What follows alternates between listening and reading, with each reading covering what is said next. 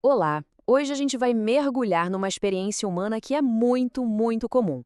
A forma como a gente constrói defesas que, na tentativa de proteger, acabam nos aprisionando. Vamos começar com uma ideia central. Essa frase, ela já nos coloca bem no centro da questão, né? Ela descreve uma crença que não nasce com a gente, mas que é aprendida. Aquela ideia de que ser vulnerável é, de alguma forma, perigoso.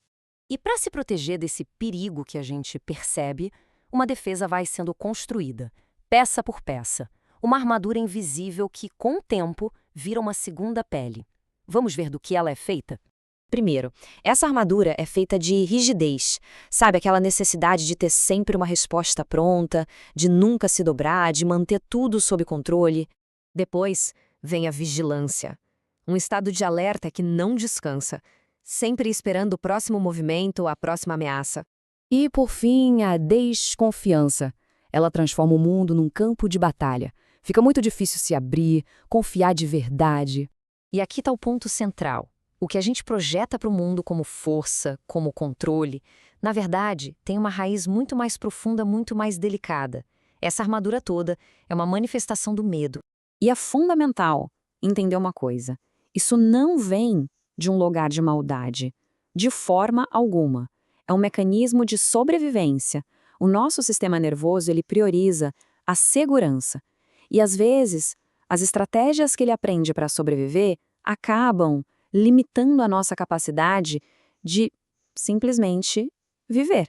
Só que sustentar essa armadura tem um custo. E é um custo enorme, tanto energético quanto emocional. Pensa só. Toda a energia que poderia ser usada para criar, para se conectar, para relaxar, ela é gasta na defesa.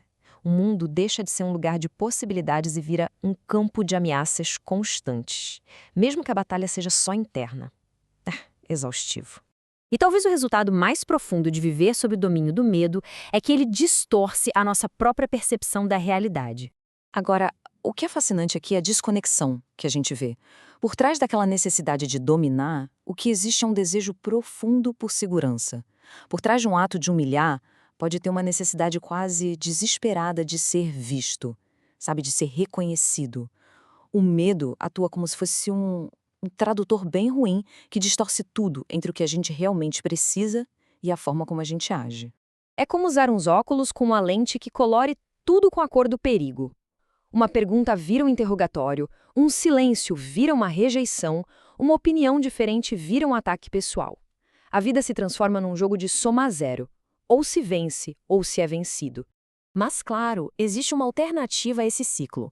Um caminho que não é sobre abandonar a força, mas sim sobre transformar sua origem, a sua natureza. Esse é um outro tipo de poder.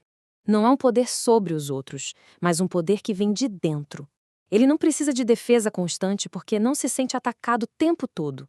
E esse poder, ele se manifesta em qualidades como a presença, estar aqui, agora, sem reagir aos fantasmas do passado, clareza para ver as coisas como elas são, a integração de todas as nossas partes, sem negar nada, a coragem de ser vulnerável e a maturidade para entender que, no fim, estamos todos aprendendo juntos.